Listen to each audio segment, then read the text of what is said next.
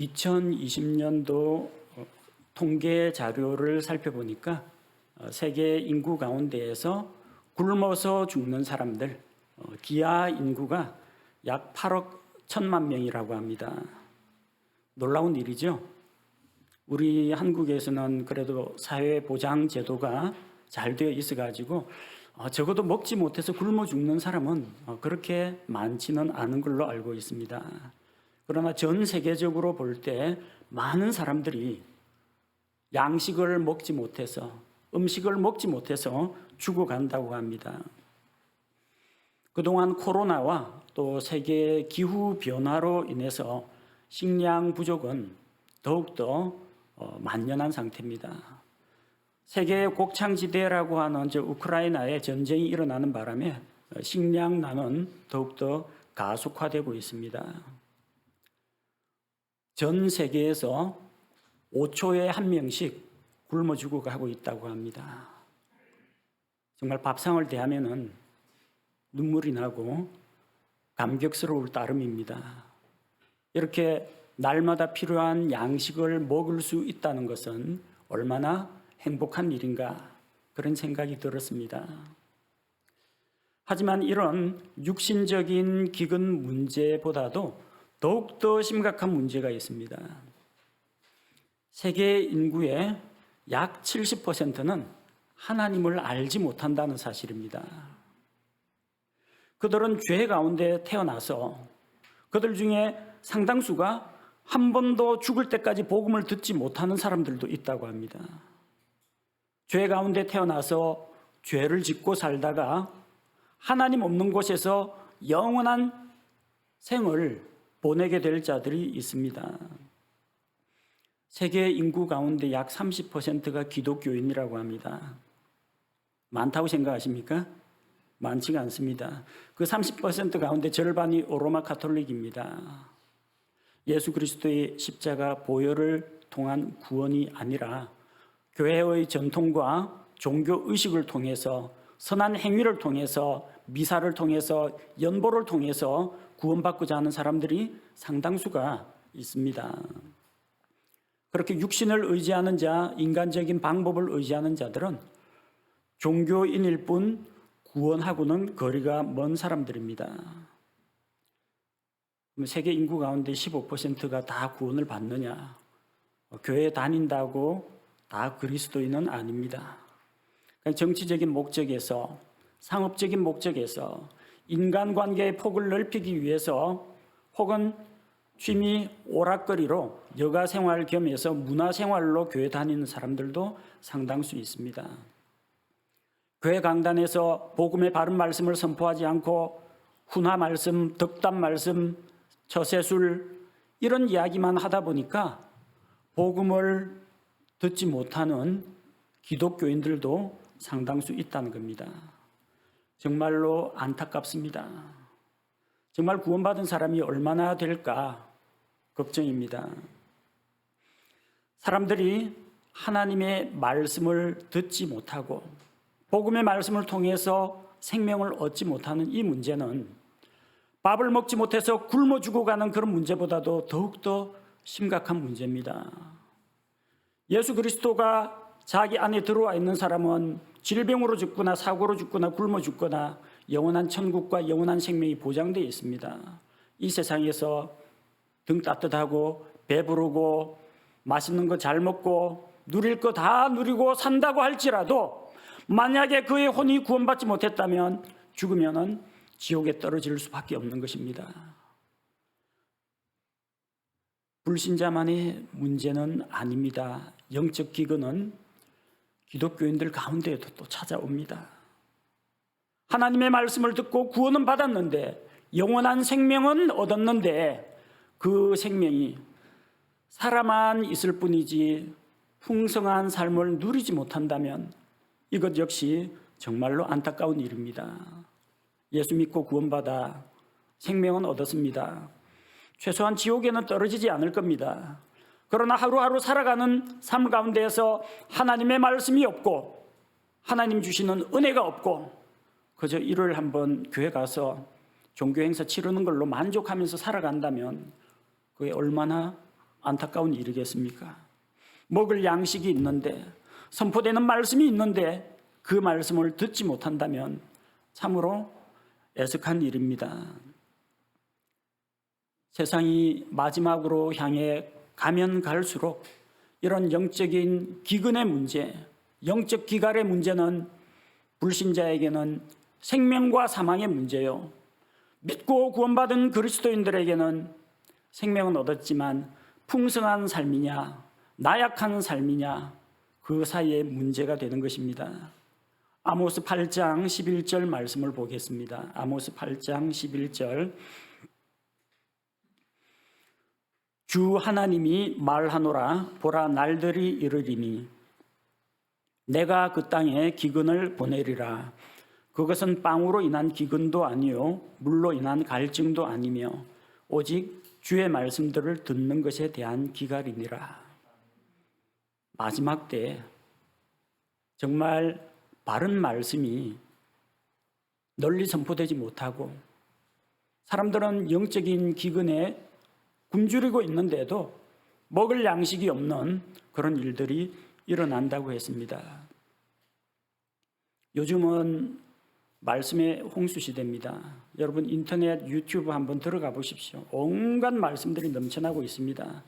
물론 세상 오락이나 아니면은 또 그 가운데 뭐 연예 프로그램이나 세상의 문화나 세상의 욕망을 투영한 그런 영상물도 있지만 기독교 콘텐츠도 상당히 많습니다. 그런데 홍수 속에 마실 물 없다고 겪어보셨죠? 홍수 한번 딱 나면요, 비 많이 왔으니까 물 많을 것 같은데 다 흙탕물이에요. 옛날에 홍수 한번 나면요, 수도 단수됐습니다. 흙탕물 들어갔다고. 홍수 속에서, 성경 말씀의 홍수 속에서 성경 말씀을 제대로 똑바로 바르게 가르치는 말씀은 그리 많지가 않다는 겁니다. 온갖 이단 사상들, 그리고 혼합된 사상들, 자기의 신념, 자기의 사상을 전파하는 설교자들이 많기 때문에 마실 물이 없어요. 영적 분별력이 있어야 이게 하나님의 말씀인지, 이게 개인의 생각인지, 세상 철학인지, 다른 종교의 사상인지 구분을 할 텐데 세상의 정보들이 그렇게 많이 오염되어 있는 상황입니다. 하나님을 믿지 않는 자들은 말씀을 듣지 못해서 언제나 영적 기근에 시달리고, 하나님의 말씀을 믿고 구원받은 그리스도인이라고 할지라도 바른 말씀을 만나지 못했거나, 바른 말씀은 있는데 그 말씀을 자기가 먹지 않으면 굶주릴 수밖에 없다는 것입니다. 그런데 오늘 우리 요한복음 10장 말씀을 보니까 우리 주 예수님께서 우리에게 생명을 주신다, 구원을 주신다 약속하신 것과 함께 풍성한 삶을 주신다, 그렇게 약속하셨습니다. 그래서 오늘은 우리 구원받은 성도들이 누리는 복들 가운데에서 풍성한 삶을 누리는 복에 대해서 함께 나누고자 합니다.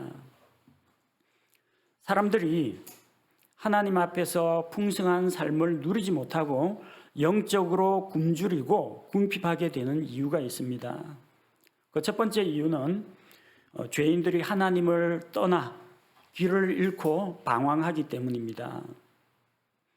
이사야 53장 6절 말씀을 보면, 이사야 53장 6절,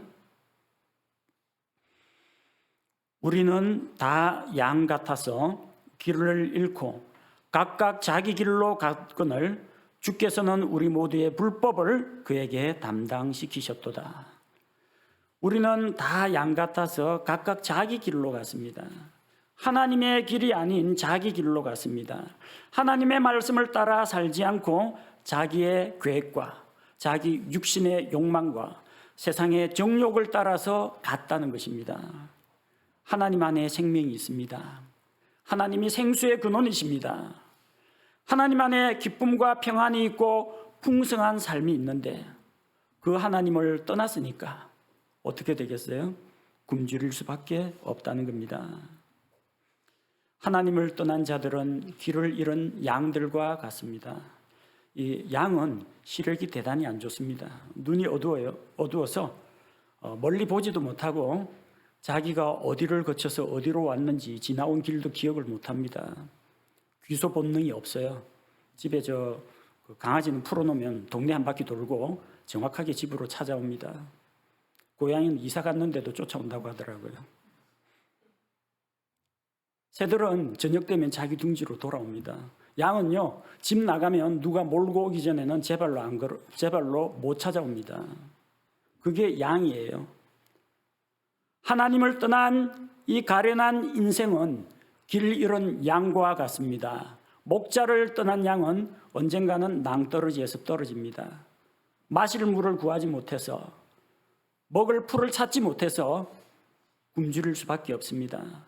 맹수의 습격을 당해서 죽을 수도 있습니다. 죄인들이 왜 풍성한 삶에서 멀어졌는가? 하나님을 떠났기 때문입니다. 하나님 없이는 풍성한 삶을 누릴 수가 없다는 것입니다. 둘째로, 왜 사람들이 영적으로 궁핍하고 풍성한 삶을 누리지 못하는가? 좋은 영적 지도자를 만나지 못했기 때문입니다. 예수님 당시 이스라엘 안에도 영적 지도자들이 있었습니다. 없는 건 아니에요. 있었어요. 그런데 예수님께서 보시니까 마태복음 9장 36절에 예수님 앞에 나아온 사람들을 상태를 보니까 이렇습니다. 마태복음 9장 36절. 그러나 그분께서 무리들을 보시고 그들을 불쌍히 여기는 마음을 가지셨으니 이는 그들이 목자 없는 양같이 지치고 널리 흩어졌기 때문이라. 예수님이 모여든 무리를 보니까 불쌍한 마음이 들었습니다. 목자 없는 양들과 같이 방황하고 갈 곳을 몰라하고 피곤하고 지쳤고 널리 뿔뿔이 흩어져 있다는 겁니다. 이상한 일이죠. 이스라엘은 상당히 종교적인 국가입니다. 국가 자체가, 민족 자체가 하나님, 여호와 하나님에 대한 신앙으로 똘똘 뭉쳐 있는 곳입니다. 영적 지도자가 없느냐? 있어요. 성전에 가면 제사장들 있습니다. 율법학자들 있습니다. 서기관들 있습니다. 종파는 다르지만 어쨌든 바리새인들도 있고 사두개인들도 있습니다.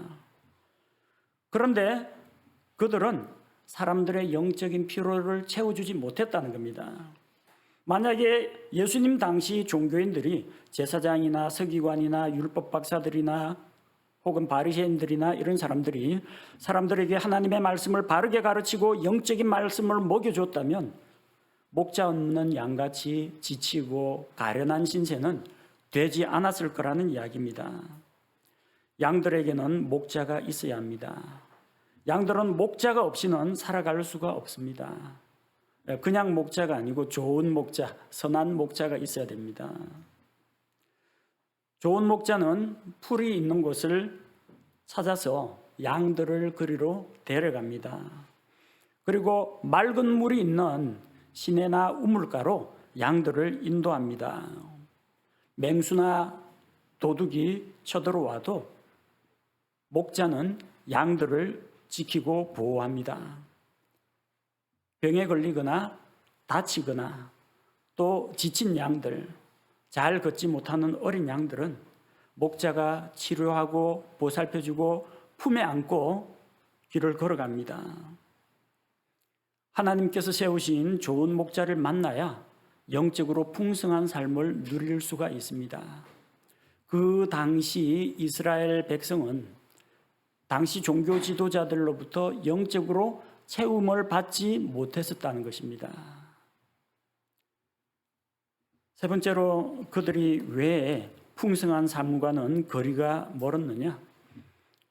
본문에 기록된 도둑들과 강도들 때문입니다. 당시 양을 지키는 목자 그리고 양들에게 위협적인 존재 가운데 하나가 도둑들과 강도들이었습니다.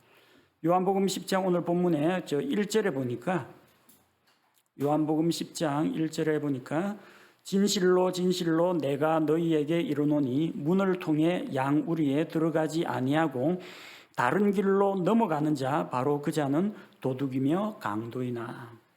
도둑과 강도가 있다는 거예요. 우리의 입구는 목자가 단단히 지키고 있습니다. 그래서 도둑이나 강도는 울타리를 뚫거나 울타리를 넘어서 갑니다. 예수님께서 8절에 말씀하셨죠. 나보다 먼저 온 모든 자들은 도둑이요 강도이나. 이스라엘 백성들의 영적인 생활을 보살필 책임이 있는 제사장들이 있었습니다. 근데 요 당시 제사장들은요, 정통 하나님께서 임명해서 레위 지파 그쪽에서 쭉 내려오는 대제사장, 그리고 그 제사장의 아들이 다시 제사장이 되는 이런 구약 시대의 제사장 제도가 아니라 한번 이방 민족의 침략을 받아서 지배를 당한 뒤에 이 제사장 자리, 대제사장 자리를 놓고 사람들이 뇌물을 써가지고 매관매직을 했습니다. 그래서 이방인 통치자에게 돈을 갖다 바치고 대제사장 자리를 샀어요. 제사장 자리가 2번 팔린 적도 있습니다. 한 사람이 분명히 사갔는데 그 사람이 웃도는 더 많은 걸 가지고 왕한테 뇌물로 바쳤어요. 그러니까 이전에 너 제사장 하지 말고 이 사람 제사장 하라고 이방인이 이 제사장직을 임명하는 이런 일들이 있었습니다. 그러니까 돈 갖고 제사장 된 거예요. 그럼 돈 많이 썼잖아요. 투자한 거 회수해야죠.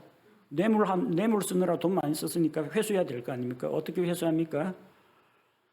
성전 안에 장사꾼들을 불러들여가지고 자리세, 여기서 장사해도 좋다. 원래 성전 안에 장사하면 안 됩니다.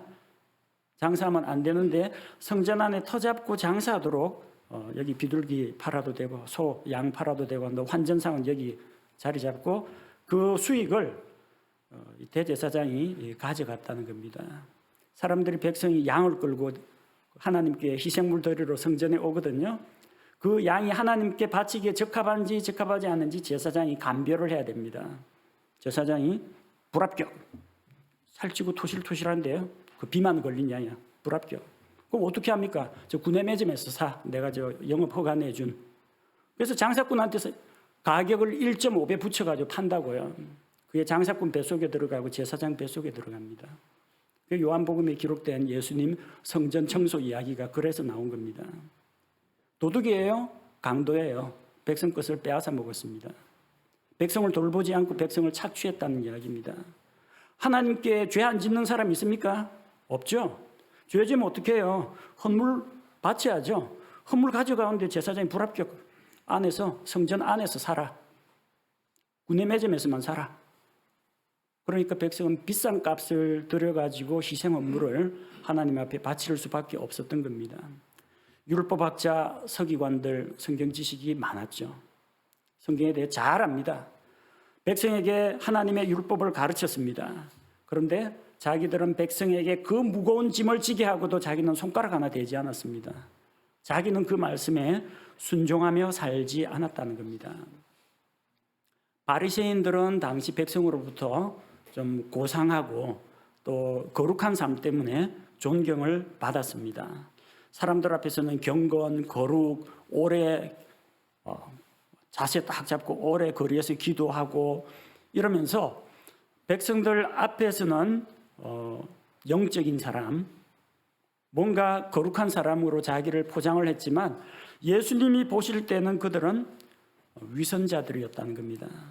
그 속에는 시체 썩는 냄새가 가득한데 회치를 해가지고 밖으로 보이지 않게 했을 뿐이지 더러운 위선자들이었다는 겁니다.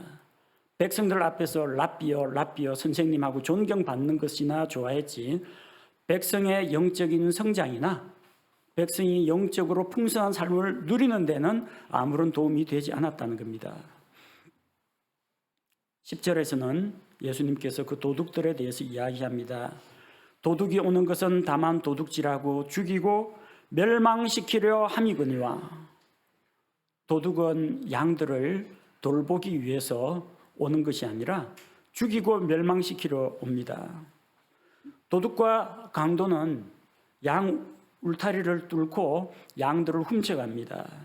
그들은 훔친 양을 가지고 가서 애지중지 잘 키우겠다 그런 생각으로 가져가진 않습니다. 훔치는 이유는 팔아서 돈을 벌겠다는 생각입니다. 근데 다 죽여버리면 어떡하느냐? 살려서 안 가져가고요. 죽여서 가져갑니다. 왜? 양 훔치는데 양이 매 하고 울면 목자가 깨어나요. 그때 일단 숨통을 끊어버립니다. 숨통 끊고 울타리 밖으로 던집니다. 그러면 바깥에 있는 자기 한 패거리가 이 자루에다가 양을 싣고 수레에 담아가지고 가져가는 것입니다. 그들은 양의 생명에 대해서는 관심이 없어요. 죽인 양도 뿔 나오죠, 가죽 나오죠, 고기 나오죠, 털 나오죠. 얼마든지 팔아먹을 수 있습니다. 그들은 양이 사느냐 죽느냐는 관심이 없어요. 팔아가지고 얼마나 얻을 수 있느냐, 거기에 관심이 있습니다.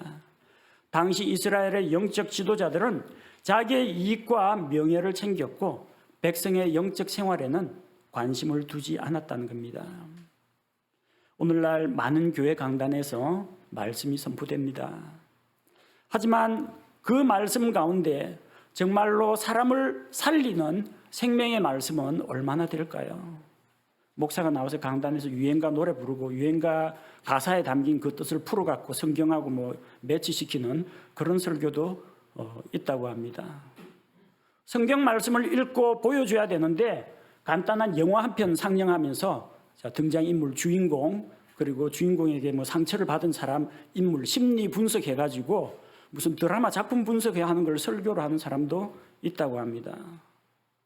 어떤 사람은 그냥 훈화 말씀, 덕담, 그 사람이 목사라는 그 사실을 모르고 라디오 방송으로 들으면 이게 절에서 어떤 승려가 하는 이야기인지 도덕 선생님이 하는 이야기인지 국민윤리 선생님이 하는 이야기인지 전혀 구분이 안 되는 착하고 바르게 살아야 된다, 이래야 된다, 저래야 된다, 좋은 말 다 하는, 근데 성경 말씀은 없고 하나님의 생명은 없는 그런 말씀들이 너무나 많이 번져나가고 있다는 겁니다.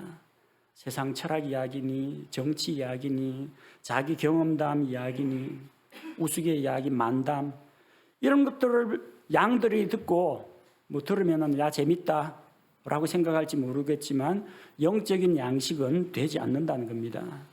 그래서 영적으로 굶주리는 기독교인들이 나오는 겁니다. 불신자들이 하나님을 떠났기 때문에 항상 영적 기근에 시달리는데 구원받았다 하는 기독교인들 가운데에도 바른 말씀, 생명력 있는 하나님의 진리의 말씀을 먹지 못하면 굶주릴 수밖에 없다는 겁니다. 그리고 이런 종교 지도자들은 예수님의 십자가 공로로 죄에서 자유를 얻은 성도들에게 무거운 종교적인 의무를 부여합니다. 헌금을 많이 해라. 집회를 여는데 새벽기도에 집회에 참석을 해라. 혹은 교회에서 봉사활동을 해라. 평일날도 교회 와서 일해라. 그렇게 사람들을 양들을 착취하고 부리는 그런 자들이 있다는 겁니다. 예수님께서는 이런 자들 때문에 양들이 궁핍하고 가련하고 풍성한 삶을 누리지 못하고 있다고 말씀하십니다. 반면 우리 주님께서는 10절에서 양들에게 생명을 주실 뿐만 아니라 더 풍성하게 주겠다고 약속하셨습니다. 풍성한 삶이 무엇일까요? 물질적인 풍요를 말하는 것이 아닙니다. 집안에 곡식이 가득하고 금고에 돈이 가득한 거, 이게 풍성한 삶이 아닙니다. 날마다 자주색 옷을 입고 좋은 거 먹고 즐기던 그 누가복음에 나오는 부자는 많은 것을 가지고 누렸지만 미래를 위해서 하나님을 위하여 저 하늘에 아무것도 쌓아둔 것이 없습니다. 하나님께서 오늘 밤 너의 혼을 취하여 가면은, 내가 오늘 밤 죽으면은 그 남아있는 것이 누구 것이 되겠느냐? 그는 세상에 있는 자기 재물에 소망을 두었지만 결국 언젠가 하나님 앞에 죽어서 나아갔을 때 내세울 게 아무것도 없었습니다. 세상에서는 부자였지만 영적으로 가련한 자였습니다. 아무런 고난이 없는 평탄한 삶이 풍성한 삶은 아닙니다. 질병에 시달리고 또 가난에 시달리고 고난에 시달린다고 해서 풍성한 삶을 살지 못했다. 만약 그렇게 주장하신다면 제일 가련하고 비참하게 산 사람은 예수님, 사도 바울 이런 사람들이에요. 구약시대의 대언자들 누가 호의호식했습니까? 바른 말씀 전하다가 쫓겨나고 매맞고 감옥에 갇히고 고난의 연속이었습니다. 마귀를 내쫓고 병을 고쳐주고 하나님의 바른 진리의 말씀을 전하고 복음으로 생명을 살렸는데 돌아온 것은 매질과 감옥에 갇힌 이 사도 바울의 억울한 심정. 사도 바울은 감옥 안에서 하나님께 감사하며 찬양을 했다고 했습니다. 사도 바울이 아프지 않았다거나 기분이 유쾌해가지고 예수 믿는 건 참 기쁜 일이네 그런 식으로 했다는 건 아니에요.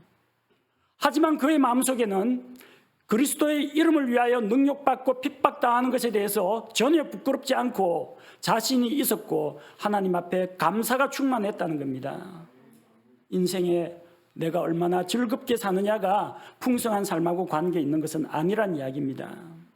내 몸이 얼마나 건강하냐, 내 자녀들이 얼마나 잘 되고 있느냐, 얼마나 걱정 없이 안락하게 살고 있느냐가 풍성한 삶은 아니라는 겁니다.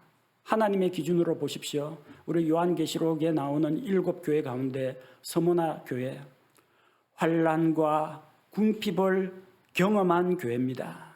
내가 궁핍하나 실상은 부유하도다. 세상적으로는 세상에서 직장 잃어버리고 따돌림 당하고 소외당하고 억눌려 살았습니다. 그러나 서머나 교회는 주님으로부터 책망 한마디 안 듣고 칭찬만 고스란히 들었습니다. 너는 부유한 자라. 주님 보시기에 부유한 자라는 겁니다.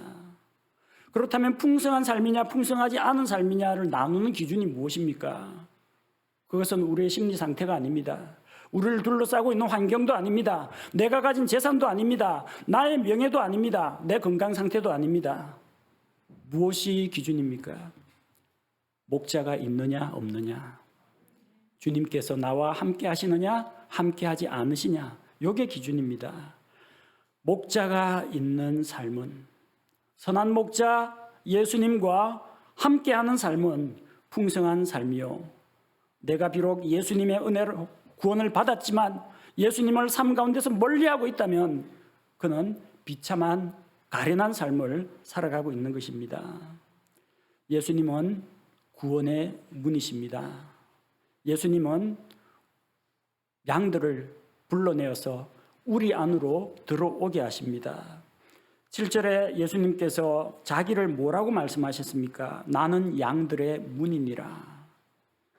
여러분, 이거를 글자 그대로 받아들이시면 곤란합니다. 예수님이 목재, 나무로 만든 나무 문짝이다, 그래 생각하시면 안 됩니다. 그런데 예수님이 양들의 문이라는 것은 우리말로는 이해가 안 되지만 팔레스틴의 풍습에 따르면 정확한 표현입니다. 팔레스틴 지방에서 목자는 양들을 우리 안으로 인도하여 드립니다. 거기는 문짝이 없습니다. 입구에 문 기둥 2개가 세워져 있고 나머지는 가로로 울타리입니다. 울타리에는 이제 가시덤불 같은 거 얹어가지고 양들이 함부로 빠져나가지 못하도록 빙 둘러쳐 놨어요.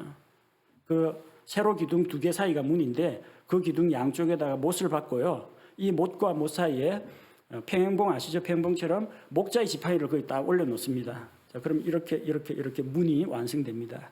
그리고 이 기둥과 기둥 사이에 목자가 자기 겉옷을 깔고 이쪽 머리, 이쪽 다리 해가지고 덜어 눕습니다.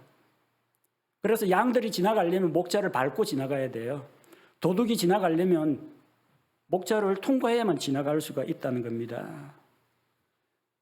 아무도 예수님을 통하지 않고는 우리 안으로 들어갈 수가 없습니다. 아무도 예수님을 통하지 않고는 아버지 하나님께 나아갈 수가 없습니다. 아무도 우리 구주 예수 그리스도의 십자가를 통하지 않고는 천국에 들어갈 수가 없다는 것입니다. 돌보는 목자, 선하신 목자가 있는 양은 행복한 양입니다. 그 양은 풍성한 삶을 누리는 양입니다. 물론 그 우리 안에 있는 양들 건강 상태가 다 똑같지는 않을 겁니다. 뭐 다리 삐어갖고 저는 양도 있을 테고요. 뭐 피부병 걸린 양도 있을 겁니다. 그러나 목자가 돌보십니다. 목자가 함께 하십니다. 9절 말씀을 보니까 9절에 내가 곧 문이니 누구든지 나를 통해 안으로 들어가면 구원을 받고, 누구든지 나를 통해 안으로 들어가면 구원을 받는다고 했습니다. 예수님을 믿어 죄들을 용서받고 구원을 받고 영원한 생명을 얻는 것을 이야기합니다. 이것이 풍성한 삶의 시작입니다. 풍성한 삶을 누리기 전에 먼저 생명을 얻어야 됩니다. 아니, 살아 있어야 삶을 누리죠. 영적으로 죽어 있는데 무슨 뭐 풍성한 삶이고 비천한 삶이고 누릴 게 뭐가 있습니까? 일단 살아야 합니다. 일단 생명을 얻어야 합니다. 일단 구원부터 받아야 합니다. 풍성한 삶에 도전하기 전에 먼저 죄 용서받고 구원받는 것이 가장 큰 문제입니다. 그래서 그 뒤에 나오는 꼴을 얻으리라는 이따 이야기할게요. 예수님을 통해서 안으로 들어가면 구원을 받습니다. 생명을 얻습니다. 이것이 풍성한 삶의 첫 시작이라는 겁니다. 풍성한 삶은 선한 목자 예수님으로부터 옵니다. 그래서 가장 먼저 우리 주 예수 그리스도를 만나야 합니다. 그것이 생명의 시작이요 풍성한 삶의 시작입니다.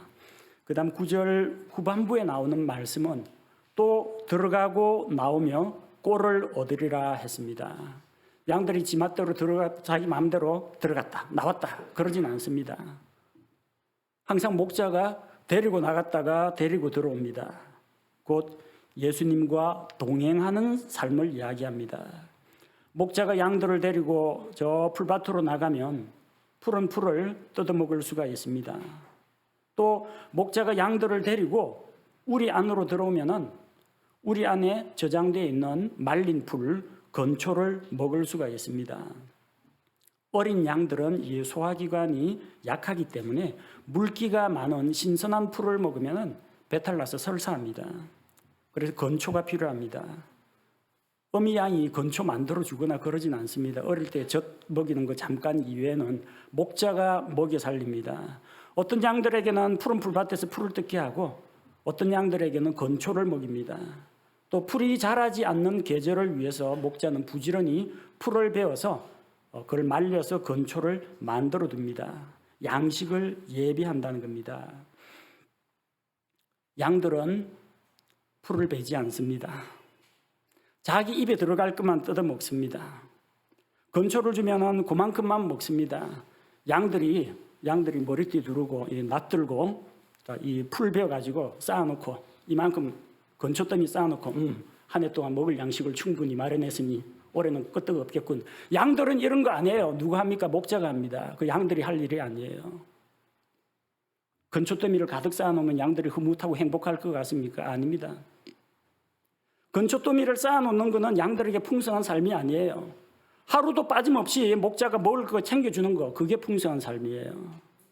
내가 재물을 산더미처럼 쌓아놓고 내가 무사태평하게 안전하게 사는 이게 풍성한 삶이 아니라는 겁니다. 나한테 어떠한 상황이 닥치더라도 선한 목자이신 예수님께서 날마다 나를 체크하고 날마다 나에게 영적 양식을 먹이시고 날마다 나의 삶의 방향을 인도해 주시는 거, 이게 풍성한 삶이라는 겁니다. 예수님과 동행하는 삶이 풍성한 삶입니다. 그래서 우리가 주님께서 가르쳐 주신 기도에도 나오지만 오늘 우리에게 오늘 일용할 양식을 주옵시고 하지 1년 먹을 치 양식을 살 수 있는 돈을 보내주시고 이런 기도는 하지 않습니다. 이스라엘 백성 40년 광야 생활 한 번도 굶주리지 않고 하나님께서 양식을 공급하셨습니다. 그게 풍성한 삶입니다. 선한 목자이신 주님께서 우리의 필요를 공급해 주시고 날마다 우리가 그것을 만족스럽게 누리고 감사하고 찬양하는 이 삶이 풍성한 삶이라는 겁니다. 또한 3절 말씀을 보니까 문지기는 그에게 문을 열어주고 양들은 그의 음성을 듣나니 그가 자기 양들을 이름으로 불러 그것들을 밖으로 인도하느니라. 예수님께서 양들을 인도하신다고 했습니다. 구원받은 성도들은 주님의 인도를 받습니다. 주님께서 언제나 우리를 잔디밭으로 인도하지는 않습니다. 그대의 꽃길만 걸어소서 하면서 우리를 백합만발한 동산으로만 인도하지는 않습니다. 우리를 언제나 평지로만 인도하지는 않습니다. 우리 앞에 언제나 먹구름 하나 없는 맑은 날, 좋은 날로만 인도하지는 않습니다. 때로 양들은 폭풍우가 몰아치는 밤 목자와 함께 길을 떠나야 할 때도 있습니다. 돌밭길을 걸어야 할 때도 있고 가시밭길을 걸어야 할 때도 있습니다. 사망의 그늘진 골짜기를 걸어가야 할 때도 있습니다. 빠르게 흐르는 급류를 건너야 할 때도 있습니다. 물 가운데 지나든지 불 가운데로 지나든지 선한 목자이신 주님께서 함께 하시면 두려움이 없습니다. 병상에 있을지라도 가난할지라도 양식이 떨어졌을지라도 선한 목자이신 주님께서 함께 하신다면 그의 삶은 풍성한 삶이라고 자신 있게 말할 수 있습니다. 하나님께서 저를 목회자로 부르셨지만 목회하기가 참 힘드네요. 그런데 주님께서 저에게 선한 목자가 되어주시니 제게는 부족함이 없습니다. 하나님께서 날마다 저에게 말씀 가운데 영적인 깨달음과 기쁨을 주시고 그것을 성도들과 함께 나눌 수 있도록 허락해 주신 것을 감사를 드립니다. 하나님께서 우리 성도들이 한마음이 되어서 선포되는 말씀을 듣고 그 말씀을 통해서 은혜 받았습니다. 이 말 한마디 들을 때 저는 언제나 기쁘게 하나님의 일을 감당할 수 있습니다. 누군가가 제가 전한 복음의 말씀을 듣고 구원을 받았다, 또 침례를 받고 자기 신앙을 고백했다, 그 말을 들었을 때 저는 하나님께서 주신 기쁨과 만족을 누리고 있습니다. 풍성한 삶은 외적으로 주어진 것이 아닙니다. 풍성한 삶은 주님께서 나에게 주신 것에서 내가 기쁨과 보람과 만족을 누리고 내 마음속에 감사와 찬양이 있다면 환경이 어떻든 내 상태가 어떻든 그 삶은 풍성한 삶입니다. 하나님께서는 저에게 풍성한 삶을 주셨고 고난 가운데에서도 오늘도 저에게 풍성한 삶을 주셨기 때문에 주님께 감사와 찬양을 드립니다. 우리 주 예수님께서 10절에서 우리에게 약속하셨습니다. 도둑이 오는 것은 다만 도둑질하고 죽이고 멸망시키려 함이거니와 내가 온 것은 양들이 생명을 얻게 하고 또 생명을 더욱 풍성히 얻게 하려 함이라고 말씀하셨습니다. 이 구절에는 생명이라는 단어가 두 번이 나옵니다. 둘 다 영어로 life라고 되어 있습니다. life는 생명, 삶, 생활 여러 가지로 인생 여러 가지로 번역이 가능합니다. 생명을 더욱 풍성히 얻는다. 무슨 뜻일까요? 어떤 사람은 생명을 2개, 3개 얻느냐? 그런 거 아닙니다. 생명은 하나밖에 없습니다. 우리 게임하는 청소년들은 밑에다가 자기 생명치 몇 개 깔아놓고 시작하는 청소년들 있고 한 생명 죽으면은 뭐 별 5개에서 별 4개로 줄어들고 남은 생명 갖고 뭐 게임 끝날 때까지 사는 사람도 있습니다. 그런 생명이 아닙니다. 생명은 하나입니다. 그럼 첫 번째 생명은 무엇이고 두 번째 생명은 무엇입니까?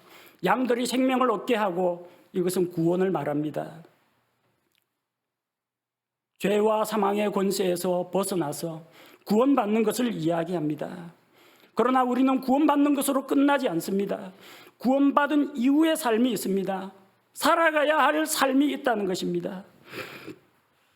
생명과 삶은 서로 연계된 것입니다. 별개의 것은 아닙니다. 생명은 사망의 반대입니다. 죽지 않고 목숨만 붙어 있으면 생명이 있는 겁니다. 기독교인들 가운데에서 예수님 믿고 구원받았습니다. 마음의 기쁨과 감사는 없습니다.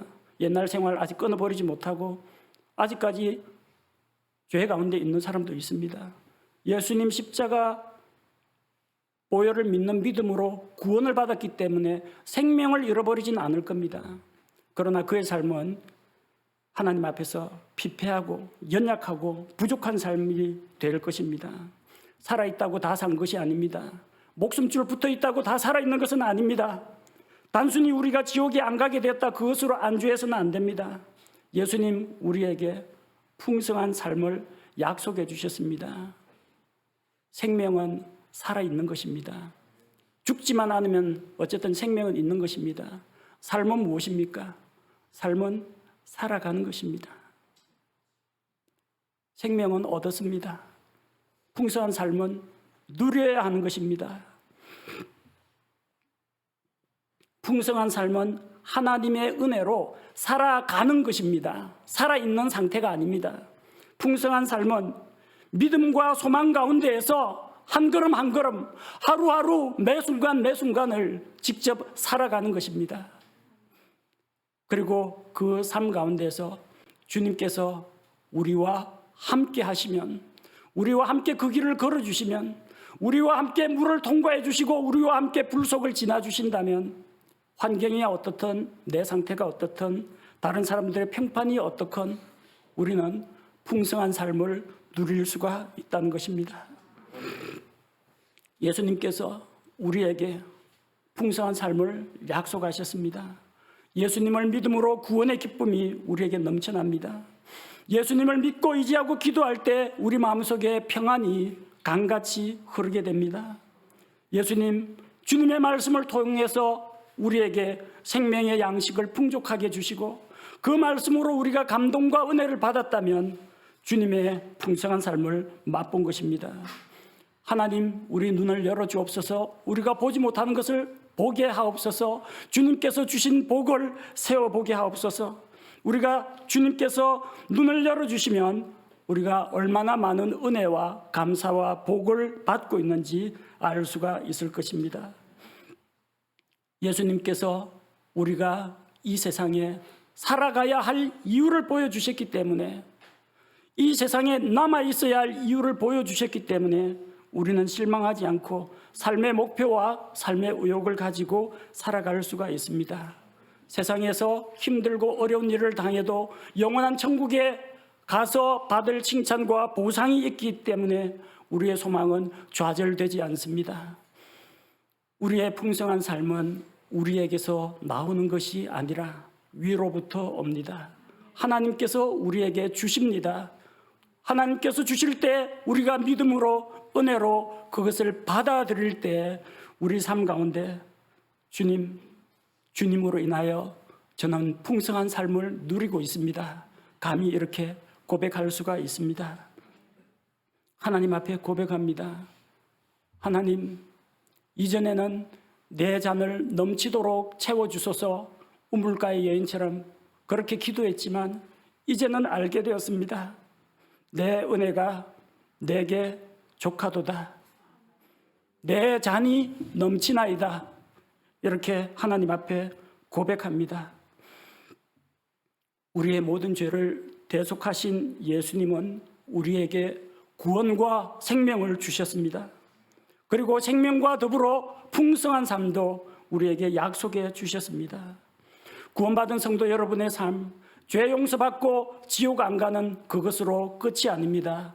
생명 안에 더 크고 풍성한 삶이 있는데, 생명은 하나님께서 은혜로 주시는 것을 받으면 그만이지만 풍성한 삶은 우리가 살아가야 하는 과정이요, 살아가야 하는 삶이라는 것입니다. 예수님을 믿고 의지하며 그분의 말씀을 듣고 그분의 인도를 받을 때 우리는 주님과 함께 들어갈 때나 나올 때나 복을 누리고 하나님의 은혜를 누릴 수가 있습니다. 선한 목자이신 예수님께서 우리에게 구원과 생명을 주신 것을 감사를 드립니다.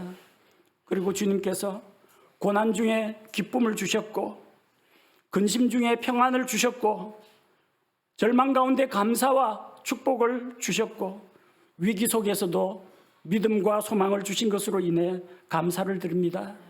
말씀을 통해서 우리에게 용기와 힘을 주시고 또 하루하루 살아가야 할 이유를 알게 하시고 생명의 말씀을 주신 것으로 인해 감사를 드립니다. 우리 삶 가운데 그리스도의 고난이 우리 안에 넘쳐날지라도 우리의 안위도 그리스도로 말미암아 넘쳐날 줄로 믿습니다. 우리 눈에서 눈물이 넘쳐날지라도 주님 주실 영광과 보상의 잔이 더욱더 넘칠 줄로 믿습니다. 선한 목자이신 주님과 함께 걷는 이 길이 비록 멀고 험해도 힘들어도 선한 목자이신 주님께서 우리와 함께 하시기에 우리가 나아가는 삶은 풍성한 삶임을 믿고 고백합니다. 사랑하는 성도 여러분, 주님께서 주시는 풍성한 삶을 우리가 누리고 하나님께 감사와 찬양으로 영광 돌리는 이 하루, 이 한 주간이 되기를 원합니다. 함께 기도하겠습니다. 하나님을 떠나 길 잃은 양과 같이 고생하며 방황하고 있을 때 예수 그리스도 십자가의 대속의 공로로 말미암아 값없이 은혜로 구원하여 주신 하나님의 크신 은혜에 감사를 드립니다. 우리에게 구원과 생명을 주셨을 뿐만 아니라 그 영원한 생명에 풍성한 삶을 얹어주시니 감사를 드립니다. 우리에게 가진 것이 풍성하지 못하다 할지라도 우리의 건강이 좋지 못하다고 할지라도 우리의 사회적 여건이 좋지 못하다고 할지라도 우리가 병상에 있을지라도 우리가 고난 가운데 있을지라도 풍랑 가운데 있을지라도 오로지 주님께서 함께 하시면 우리는 풍성한 자라는 것을 믿습니다. 환난과 궁핍 속에서도 부유한 자였던 서머나 교회 성도들처럼 사방으로 에워싸이고 고난을 당하고 핍박을 받고 감옥에 갔지만 하나님 앞에서 기뻐하고 즐거워하라 기뻐하라고 말한 사도 바울과 같이 우리 삶의 위로도 주님으로 인하여 넘쳐나기를 원합니다. 하나님, 힘들고 어려운 인생 여정 살아가는 동안 우리 각 성도들 여러 가지 환난, 고초가 많습니다. 경제적인 어려움, 건강의 어려움, 가족의 어려움, 직장의 어려움, 인간관계의 어려움, 개인의 심리적인 어려움, 수많은 문제들을 안고 있습니다. 그러나 그럼에도 불구하고 선한 목자이신 예수님께서 날마다 우리를 돌아보시고 날마다 우리에게 필요한 것을 공급하여 주시고 생명의 말씀으로 인도하시고 먹여주시니 선한 목자이신 주님의 은혜가 우리 가운데 넘쳐납니다. 주님의 은혜로 인하여 우리의 잔이 넘쳐나고 주님의 은혜로 인하여 우리의 삶은 풍성하다고 감히 고백드립니다. 주님, 우리와 함께 이 인생 여정 살아가는 동안 우리의 목자가 되어서 우리의 갈 길을 인도하시며 우리에게 필요한 것을 공급하시며 우리를 맹수와 대적들로부터 지켜 보호하여 주시고 주님으로 인한 기쁨과 감사가 넘쳐나는 하루하루가 되게 인도하여 주옵소서. 우리를 위하여 양들을 위하여 자기 목숨을 아낌없이 버리신 선한 목자 예수 그리스도의 이름으로 기도합니다. 아멘.